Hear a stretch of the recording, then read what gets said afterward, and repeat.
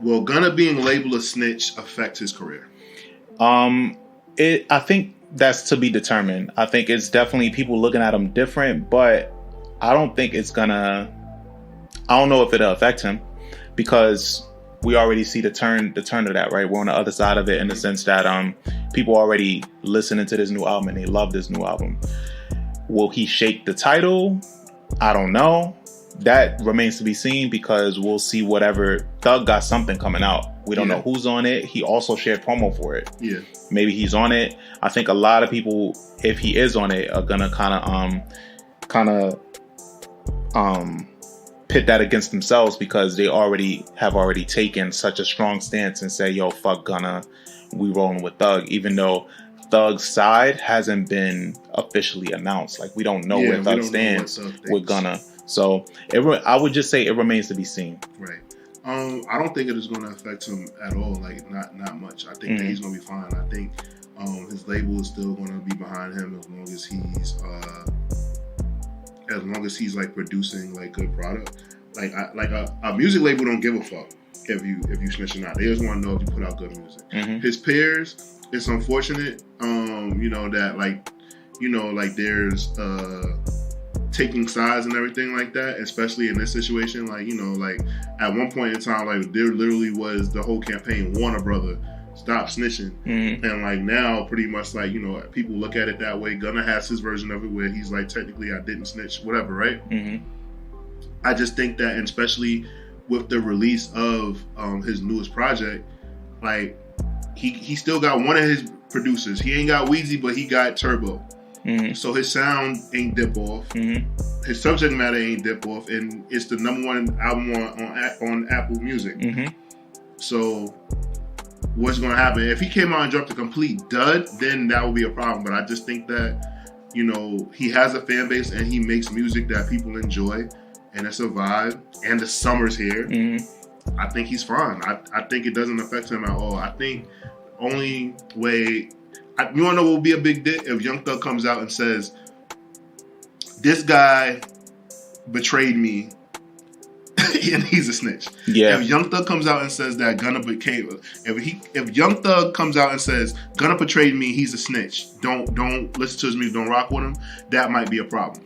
But that will also be hurting Young Thug's pockets. Yeah, I think in a sense, this is forcing a lot of people, because at first the conversation is becoming about like, well, I'm not a street person. I'm glad as a regular civilian I enjoy this album. Like, people are saying things like that. Yeah.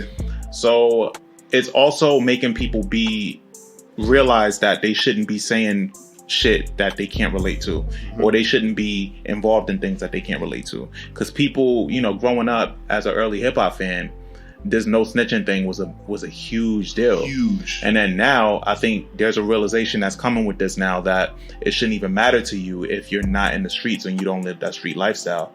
This shouldn't matter to you. So now people are just being more real with their stances. Yeah. And so that's what I'm saying. Like, on certain things, it's just like, people could say like, yo, snitching is bad, don't do this, but it's just like, does it really affect you? And then that's like where you could take it. But at the same time, like, there's some people that really stand on that, and they're just like, yo, like, nah, you don't snitch, you don't tell, like, no matter what, you don't condone it, all of that shit.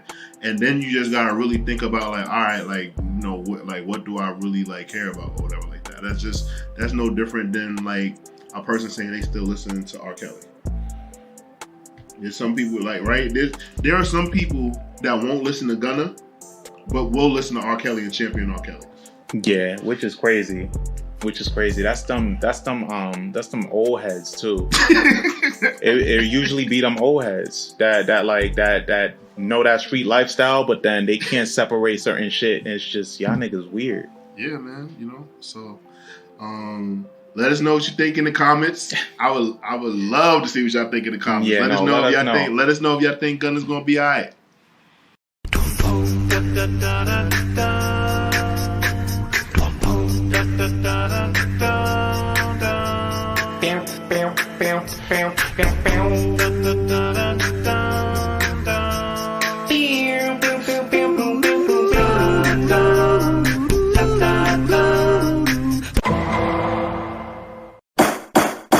Welcome to Rap in Order. the interrogation of a hip hop album, where we take some of the culture's most beloved hip hop albums, put them on the stand, see if they stood the test of time. Now let's see who we got on the stand today. Welcome to another episode of Rap in Order. I'm First Class Regg. And I'm Taurian B. Today we're getting into an album that came out in 2020. Funny enough, when I recommended that we do this album, I was like, damn, this shit came out in 2020? Because we know how chaotic that was. 2 months later, obviously, we went into the lockdown. But this album still did its thing, despite us having like a dry spell with music and there being like a down period. This album still managed to stand out that year. Mm-hmm. This album still got heavy rotation. At the time, us at First Class, we were doing the free lunch playlist, and there were a few songs that made it on there at the time, like every other week or so. And this artist in general, he was just killing shit that year. And his affiliations, and then, obviously we know that, he spent some time away, 10 months to be exact, while he was away. His name was still out here. He got the Snitch label put on him. His mentor, so to speak, is still locked away. And if you can't guess, or if you haven't guessed who we're talking about by this time, we're talking about Gunna. Sergio Kitchens. What a cool ass name. Yeah, right. From Gunna. Right? Why is his rap name not Sergio Kitchens? That's like what you call it? A Boogie. A Boogie's real name is Artist. Yeah, like what? Like that's your real name, bro? Like, just roll with that. That shit is fire. But anyway, so Gunna. Talking about Gunna. Gunna released Wunna in 2020, like we said. And it featured Young Thug, Travis Scott, Roddy Ricch, Lil Baby. Production from his main guys at the time. You had Weezy, you had Turbo on here, you had Tay Keith on here. Really, really, really big album for him. And this was his second album. 18 tracks. What did you think of Wunna? Did you give it a listen back then? I listened to it when it first dropped. I always listen to Sergio Kitchens. Mm-hmm. I always listen to him because I have younger cousins that are like in their 20s still and are big Gunna fans. Like they're huge Gunna fans. So they always like are talking to me about it in family group chat. So then I wind up listening to it so I can at least critique it and say if I like it or not. Mm-hmm. And with this project, like my cousins were really going like crazy for this album. I remember originally when it was first coming out, it was supposed to be called Drip. Mm-hmm. And like my cousins kept saying drip on the way. And I was just like, all right. Shout out to Dorian. I was like, all right, it's coming. Yeah, we'll get it. We'll see how it goes. We'll see how it goes. And I remember like just like the anticipation, and then like I think it got pushed back because he announced that it was coming out, and then it got pushed back, and then there were like I believe like there were like certain like clearances that was a problem, or whatever. So when we finally got it and I listened to it, like I didn't. You wanna know the thing with Gunna projects that's odd for me? He makes great projects, like, but it's just that like you can't like. He's not I'm not impressed. Mm-hmm. Like he doesn't blow me away, but he makes good vibe music. Yeah, and he's just like a very materialistic guy, and he's going to talk super about materialistic. Yeah, just talk about being like he coined himself the best dressed rapper on the planet. Like that's just like his shit. Like that's just like how he gets down, and he's just like very like he sells being cool. So and it's funny because you think about it like. It's kind of like what Jay-Z did a little bit. Obviously, like there were more layers to Jay, but at base value, it's just like, yo, I dress better than everybody. Like I'm the coolest and all of that shit, right? So when I listen to this project, like I hate that. Like when I'm stuck in between, I'm like, yo, I don't hate it, but like I don't love it either. But I know it's good. Like I hate being stuck in that, and that's what I got off the first listen. And then when I did the listen for this for this episode. I was just like, okay, like I get it. Like he created like a little niche in hip hop for himself, and that him, Weezy, and who's the other producer? You got Turbo. Weezy and Turbo. Mm-hmm. So I think him, Weezy, and Turbo are the architects of like what he's doing. Mm-hmm. Weezy no longer fucks with him, but Turbo is on the new project. Yeah. Actually, I wanted to ask, did you listen to the new project? I did, yeah. Gift and the Curse, I think it's called.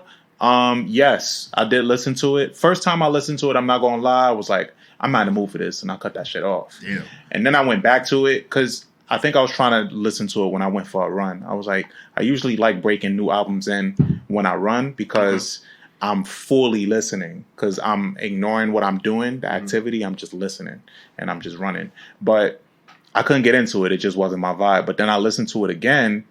It's a good album. Like, and everything that's around it, you know, when you think about the case with Gunna, and seeing how shit is playing out, where everybody is kind of against him, and then you look at the album, you go from this album where you have all these fucking superstars. You got Thug, you got Baby, you got Roddy Ricch, you got Travis Scott, you got the Deluxe, you got Future, you got Nav, you got Uzi.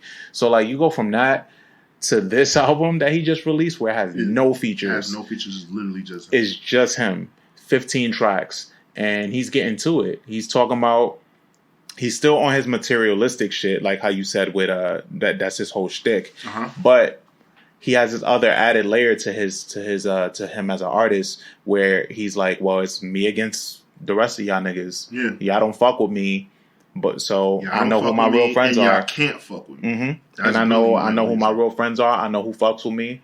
And he still managed to get into a different pocket. And it's a good album. That shit was really, really dope. And I think it's unfortunate, but maybe this is what he needed to elevate him a little bit as an artist. I'm gonna tell you one thing. What I think. I personally think that obviously the circumstances are bad, but this might be one of like a blessing in disguise. Let me say the best, not the best thing that happened to him, but it's a blessing in disguise for the simple fact that like now like his artistry might change. Yeah. So he might grow as an artist. Like his subject matter might change, because on this project, you know, he talked about being sad and dealing with like, you know, he's losing friendships. He like people looking at him differently. Like, you know, he might not be able to go to the same places. People that he thought were going to be like his brothers for life and that he'd done everything with don't fuck with him no more. So I think that, you know, sometimes you got to go through loss to like grow as an artist. And I think what's going to happen with Gunna is eventually, you know, the label, he's an asset to the label.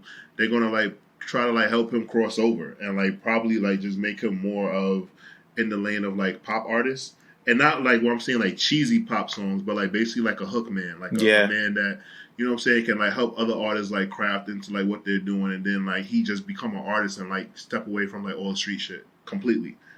Yeah, I really see that happening, and I think it's a real thing. I think that he's just, you know what I'm saying, he's gonna just move further into just being like Gunna the artist and making like basically like in like a realm of like a will.i.am.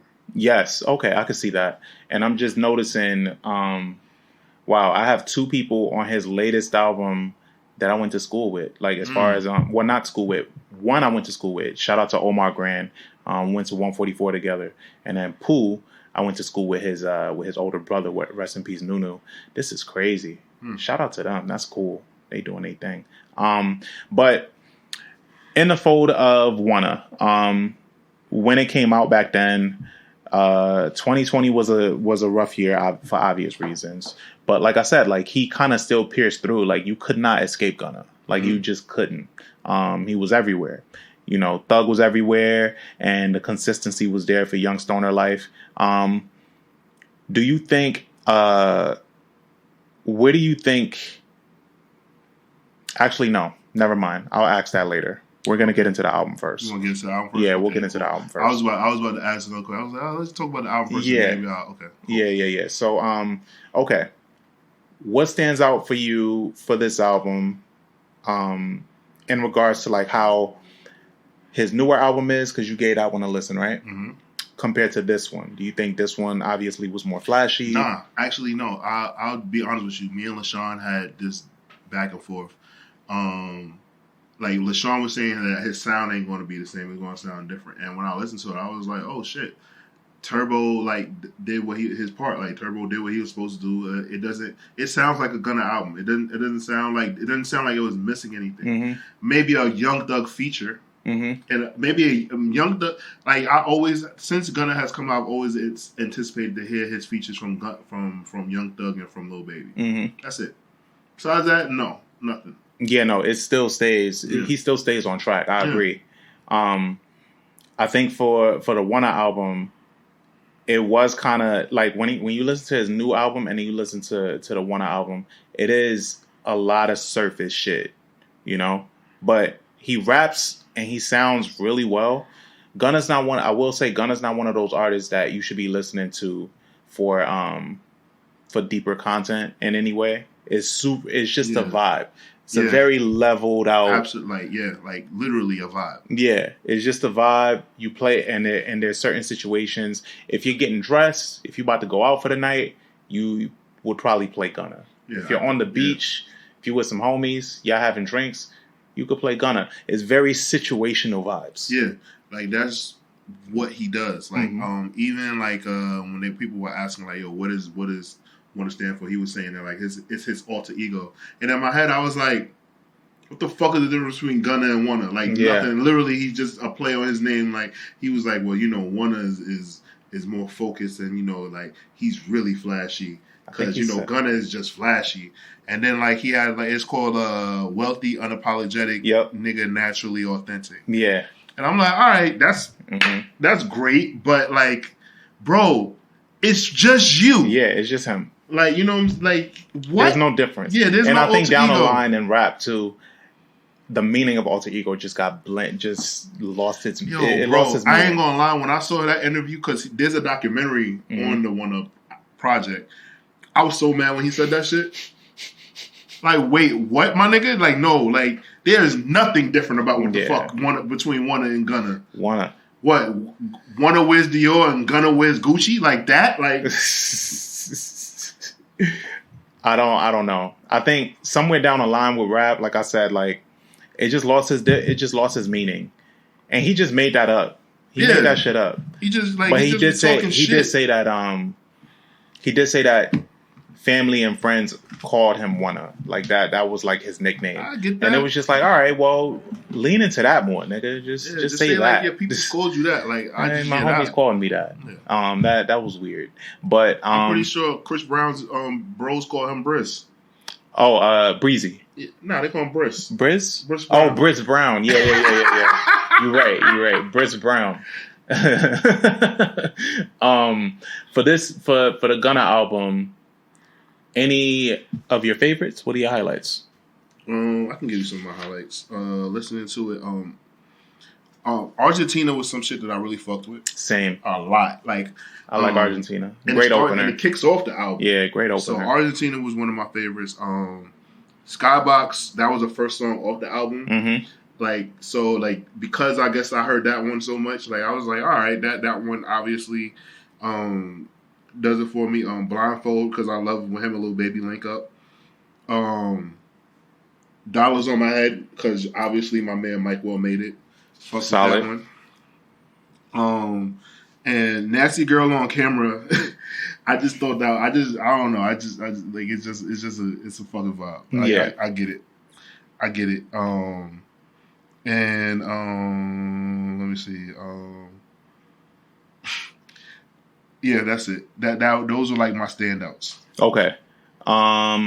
So for me, I liked Argentina. Argentina is fucking great opener. Mm-hmm. Rockstar Bikers in Chains would sound fire live. I wonder if he's ever performed that or if that footage is out there. I would love to see it. There was a missed opportunity there for that song. You think so? Yeah, man. Why didn't you call Jim Jones and Joel Santana? Yeah, that's true. There's a lot of opportunities on this album in general that, like, when I hear shit, like Dollars on My Head sound like could have had Gucci on it. Oh, absolutely. Yeah. Absolutely. What you call it? What was another one? There's another joint that I thought should have had Uzi on it. But there's a lot of tracks on this album where I'm just like, damn, this would have sounded good with this person or that person. Top Floor was good, and I'm typically not the biggest fan of Travis Scott features, but Top Floor was really good. Wunna title track, always important. It was solid in this case. MOTW. Money on the way. Yeah. $1 million on the watch. Yeah. It was either or for the interpolation of it. Mm-hmm. That kind of showed me that he was very focused on how he's putting this album together sequence-wise. Yeah, because the album just from here, and that's only 3 tracks in, but they just bleed into each other. Mm-hmm. They just keep going, and it keeps the mood up. Yeah, like it's dope. In the documentary, like they were in Jamaica. Oh, so when they made that? Yeah, he finished the album. He finished the album, and like he just was talking about how he actually wants the album. Like he doesn't want you to like hit skip. Like he wants you to like play the album through seamlessly. Like it's just one big ass fucking mix. That would actually, yeah. I always think about that too. Like if I was an artist, like don't shuffle my shit. Don't shuffle my shit. Even when I make playlists, I don't be wanting people to shuffle. So I can only imagine. Yeah, like that shit is all intentional. It was very intentional what he did. I just listening to this project, it just gave me like a lot of like all right, everyone. As you guys know, I've lived in Atlanta for a little while, so it was interesting because I realized that as pop culture has become more prominent, right? A lot of stuff has come to Atlanta. A lot of influences like changed Atlanta. So with that being said, like hearing like Atlanta artists like rap about the things they rap about or things that like they care about, it's so funny because I'm so far removed. Because when I lived in Atlanta, as long as you had like a fresh white shirt and a brand new sneakers or whatever like that, and you were doing those things, like you was fine. But like now, like it's elevated to like where like Atlanta artists are like going into like Neiman Marcus, they're going to Saks Fifth Avenue. Like that's why like Lenox Mall in Atlanta is such a big deal. Unfortunately, that's where like a lot of violence was brought as well. So dudes will be going there to get like new outfits, but then they'll see a nigga that they got beef with and they start shooting at each other on site. So thank God that Fitz Plaza doesn't experience none of that, even though it's like right across the street from Lenox Mall. But you know, I realized that like every generation like improves. So like, you know, like they just started educating themselves more and more and more on what was like you know, something that they want to wear and get more drip. So when I listened to this project, it just gave me like that interpretation because like you got like your hood Atlanta dudes where it's like obviously they want to get fly and dress, but like, you know, not like the top tier labels of like brands and shit like that. Where you got somebody like Gunna, like he really wants to like really like put on like a dress, because usually like fat chubby niggas in Atlanta, like they're not worried about those labels. One, because they can't fit it, they don't make clothes that size. But like I guess Gunna, he can find his size in some of these brands, and like he's throwing it on, he's putting that shit on, and he's doing it, and he's taking risks. Like he's actually like taking risk, like, and not like Andre 3000 risk, but like, you know, like he's wearing shit that's like couture, that's on like the runway and everything. Like people making fun of him, but he's like, man, you don't fucking know. It's a $10,000. These are $10,000 shorts. Shit like that. He lost a lot of weight now. And he raps about it on the new album about like not having lean in his system no more. You know, he was away for 10 months, so he had to get himself right. You know, not even on purpose. He just couldn't fuck with or keep up the terrible lifestyle of like eating or dieting or whatever that he was doing out. You know, when he was out here. R.I.P. to Lil Pokey. Oh yeah. Like they say he dropped dead on stage. Like the other day, right? Yeah. He's 45 years old. It's crazy. Young, man. Yeah. This shit is nuts. I think when, let me see, Cooler Than a Bitch. Oh, Cooler Than a Bitch features Roddy Ricch. I actually really like how Roddy Ricch, his flow on this. Yes. Track. Yeah. I actually kind of wish he would flow like that more. I wish that too. But it also had me thinking about Roddy too, in a sense where like 2020, he was on top of the fucking world. You know, professionally at least. And I don't know what's next for him. I don't know if people really care anymore. What do you think it is? I know when his what was it that came out that you was like raving about? His last project. Yeah, and you was like, yo, this shit, he redeemed himself or whatever. He did, but I just think that it was a good album, but he'll never be able to replicate the box. And it's just, you know, sometimes when you have like a hit like that out the gate, if you don't follow up with something that like really, really catches people, it's over. And unfortunately, the box was a monster in its own, bro. Like, the box literally looked like a fucking Nike commercial. Yeah, and even just that whole fucking album. That album was really, really good. And okay, what I wanted to ask you too.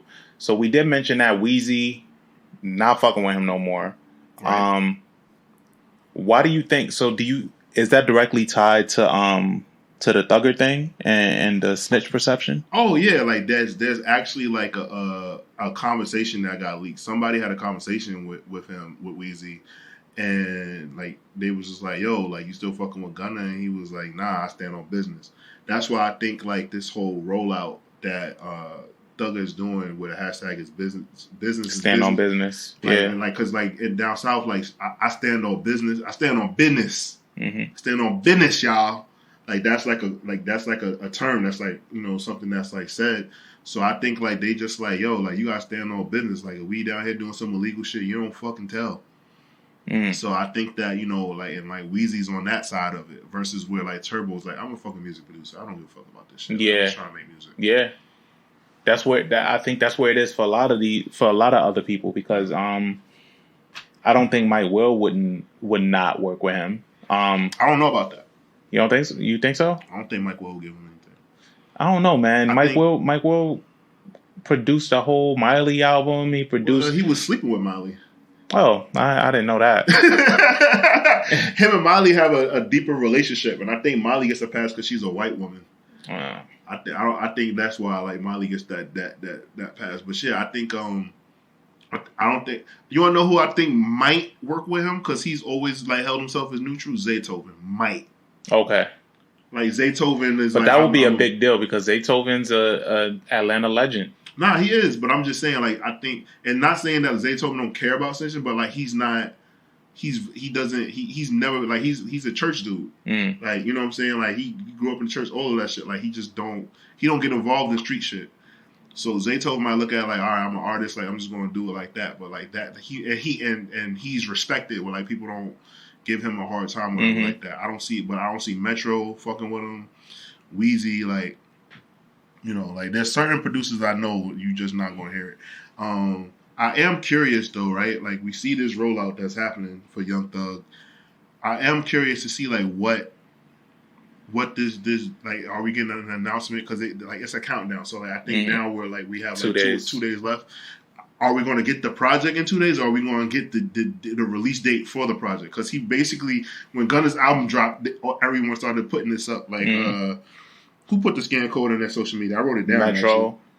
So let's see. Chance the Rapper, 21 Savage, Metro Boomin, Lil Durk, Weezy, 808 Mafia, T.I., Coi Leray. Gunna also put it up. And the hashtag is business is business. I'm curious. I'm curious about one thing and one thing only. Was this recorded before he went away, or was he able to record in jail? And if he's recording in jail, is he recording over the phone, or did they make a fucking studio for him? I think it's probably a mix of both. So like, if he recorded it before, there's probably a lot of shit that's just not gonna make it because of, you know, it's a sensitive case, right? So he's probably gonna be saying some shit that can be used against him. So I do think majority of it is probably while he was away, because he has I think he does have access. Shit, he be tweeting and shit, so he gets access in some capacity. I remember when my brother was away briefly, and he could like text. He was texting. Oh yeah, I know dudes have phones in jail, but you think this nigga got a studio in jail? Yeah, bro. I wouldn't doubt it. I wouldn't doubt it. But yeah, man. I wouldn't doubt it. These people, these superstars that get locked up, they get different types of treatment. Especially when they doing long bids. Yeah, man. I wouldn't doubt that he got I mean, you know, hey, crazy things have happened. You know, I don't even know why I'm being this shocked by it. Yeah, man. Yeah, I wouldn't doubt it. But we just gotta wait and see. But to answer your question though, I think we'll probably get like a track list and a date on that day. And all these artists that are putting it up presumably are featured. Yeah. Chance the Rapper couldn't wait to put that shit up. Oh man. He can't wait to just catch one again. Yeah. I don't know. I don't know where it's at for him. I don't know if niggas is willing to give Chance another chance. Yeah, probably not. I don't know. Let me see. Anything else that I wanted to ask you? Killer Mike album. Did you listen to that? Yeah, I did actually. Because I saw you talking about it, and then also I was just gonna listen to it anyway because he got some good features on it. I like Killer Mike as a rapper. Sometimes though. I don't like him too much. I don't know. I know you don't like Run the Jewels, Killer Mike. Yeah, nah, I don't like him too much. I like listening to I listen to him on JBP. I listen to his interview. Yeah. He kind of sucked the fun out of that podcast. Even though I like listening to him talk. Yeah, I didn't get that. I didn't get that he was sucking the fun out of it. I just think that like he's already a big dude. So he commands mad respect and he takes mad shit seriously. Mm-hmm. But Killer Mike is actually like you know what it is? He's used to being the funniest nigga in the room. Mm-hmm. So I think that like pretty much he makes everything like laugh at my jokes, don't laugh at me. Mm-hmm. And everybody, cause I know what you're saying, but I think I understand. I be wanting to have that effect on people like, yo, don't laugh at me. I'll knock you the fuck out. But laugh at this joke I just told you. I want everybody to laugh at. That's Killer Mike. That's Killer Mike for sure. But no, the album is very well put together. He got all the features are super intentional. We got a brand new Andre verse. We got fucking Dave Chappelle on narration. Yeah. Yeah, man, I was impressed by it. I'll say that. He went out his way to make this project. He went out his way to make that project something like special because like with Run the Jewels, I think even though to me like you know how I feel about Run the Jewels, but to me like is for some reason it seems like it's more for a white audience, and I think that he knew he had to make like a album more in light of like what he did with rap music, that project. And like he just made sure, like he was very intentional. Like he took his money and like invested into it, and like got like the features that he wanted, and like it's completely different from what we get on Run the Jewels. And I was just like, shit, I got so used to Run the Jewels Killer Mike that I'm like, oh, this is Frederick Douglass High School Killer Mike right here. It is very different. I'll give you that. Like it's and I love the energy that he's on right now. Where I think when he was being interviewed by Joe said something about in reference to another album that came out that day. And he was like, yeah, word, but it's not better than mine. Gunna, he's talking about Gunna. Okay, yeah, it was Gunna. Yeah. He was like, yeah, but it's not better than mine. And I was like, I like that. I like that. It's just good energy. He was like, he was like, if that album is phenomenal, what is my album? Like, he was basically just saying that. And I was like, I feel him. He was like, that ain't the nigga. Because they also was asking him, what's the thought? They did, right? They were asking him, like, what's the temperature in Atlanta with all that stuff going on? And, you know, I just think that, like, him being, like, a elder statesman, like, he, like, certain shit, like, just don't, like, that, like, it's just over his head sometimes. Yeah, like, he just, you know, he don't. Yeah, he's just, like, whatever. Like, he's not in the street shit like that. He knows about it because he's an elder statesman, but he don't really divulge too much. Yeah, I just wanted to ask you that one, right? But, yeah, I'm a revisit that. But then also I like that he did, that he asked him about Gunna. And then also, getting back to this one, right? Like back to the Gunna one. You got a really good verse from Lil Baby on here with Blindfold. Yeah. Baby has this way of like when he's featured on a song, it just sounds like a Lil Baby song. He kind of brings that to it. I wonder, like, he's such a unique person to me because like he ain't been rapping for 10 years yet. But like he's such an artist. And for me, like that's something that's like very, very like unique to me. Like I could be wrong, but like I want to see like other cases where that happens because it's just like, all right, yeah, like LL Cool J when he first started rapping in 1985, he was 16, so he wasn't rapping for that long. Or like Nas, right? But it's like I don't look at like either one of them like I don't they were like looked at as like prodigies or whatever like that, like things like improve, but it's just very, very weird to me because like with Lil Baby, I don't ever think he cared about music until P came and got him out the hood. Yeah. But I always listen to Lil Baby and I be like, damn, like we really heard that nigga for the first time on. Well, I heard him for the first time on Yes Indeed. Yeah. And his verse was terrible. And then just to see where he's at now, where he's like actually rapping, is crazy. I think it's not that many years apart. Yeah, I think that's just like because I think that he's always been a confident, cocky person. So I think in rap, I feel like rap is 90% confidence. Yeah, that's true. You just gotta believe what you're saying. Yeah, it's 90% confidence. So and I think like Lil Baby, he's very like confident. He's always kind of like been like the most popular person in like his circle. So it was very easy for him to just talk his shit. Agreed. Very true. Another song that I really liked on here, you named already, Nasty Girl / On Camera, was amazing because I love when the track switches up in the middle of the album. I mean, in the middle of the song. That one is amazing. So I just wanted to name that one before I actually get into songs that you don't fuck with. What song did you not like on here? Wunna, for sure. Okay. The title track I did not like. Okay.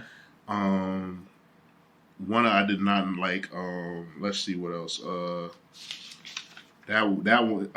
No Gimmicks. I didn't really care for that one. Actually, yeah, No Gimmicks. You're right. The flow is a little weird. What else? Don't Play Around. I didn't even write anything for that. Do Better, blew mine. Do Better was some bullshit, Regg. Because it's just like, Gunna has a habit to make shit sound like it's very, like heavy and, like, it's some bullshit going on. Like, all right, cool, you talking to one of Taz's angels and you telling her to do better because she's saying, like, she's not on her game. Well, no, let me take that back. She's not, like, one of those model chicks, and, like, he just like, yo, just do better. And it's like, yo, Gunna, who the fuck are you to tell somebody to do better? Fuck you. Like, that shit just blew mine, bro. Like... You know, like, basically, he's like, oh, like, you out here, like, fucking these niggas for free. Like, you got to do better, baby girl. Like, yo, Gunna, fuck you, bro. She not keeping it peace. Yeah. Yeah. I just, like, this, that shit big. I'm sorry. And Met Gala.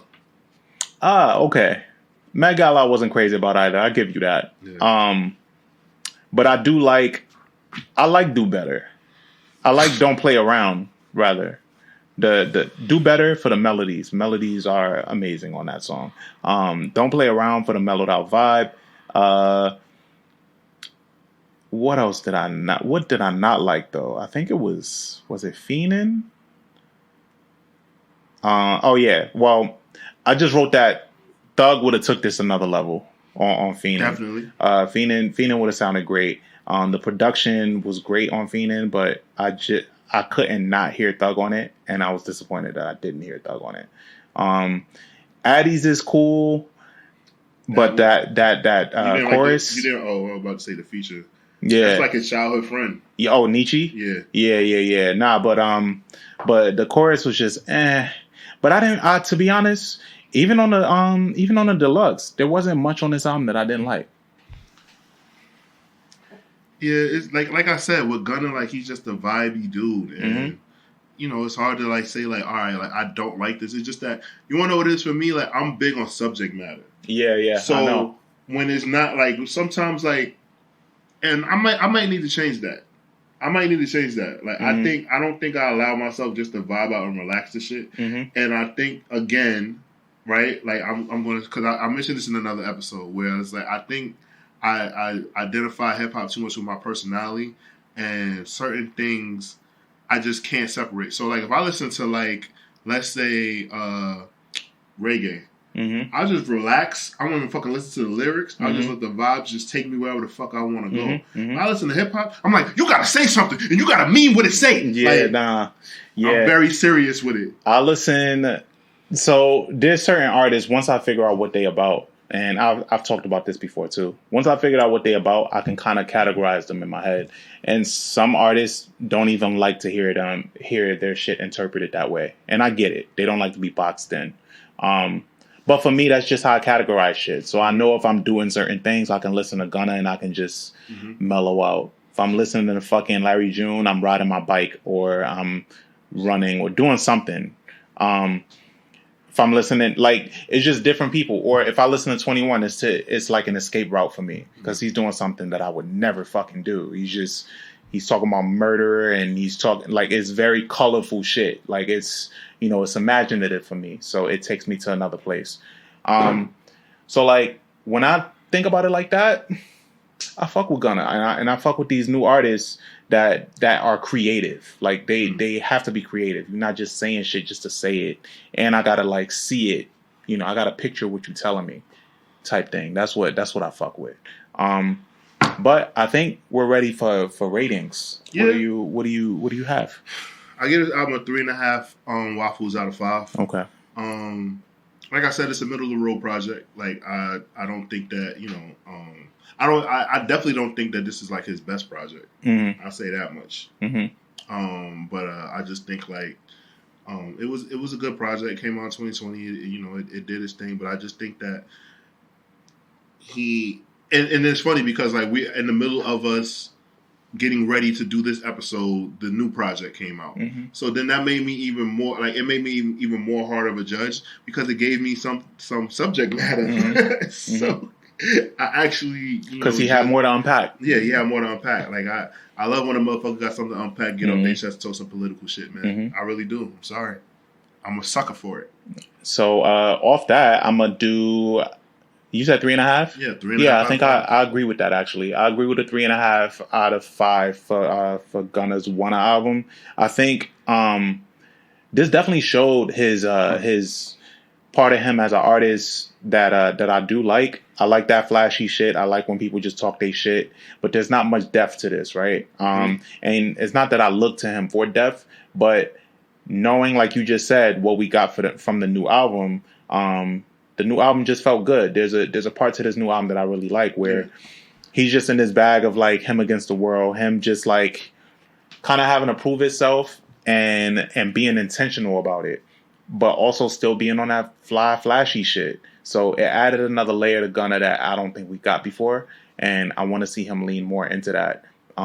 This album is still enjoyable though. Yeah. I would say if you're a Gunna fan, you should definitely visit it. Drip. What was the other one? Was it DS2? What? Not DS2. What? Drip Season Forever? Yeah, Drip Season Forever is fire. Yeah. I think if I sit with this new album more, it's probably going to move up the rankings for my favorite Gunna release. But I do recommend you guys listening to this. If you're a new Gunna fan, listen to this. Let us know what you think. Like, subscribe, comment.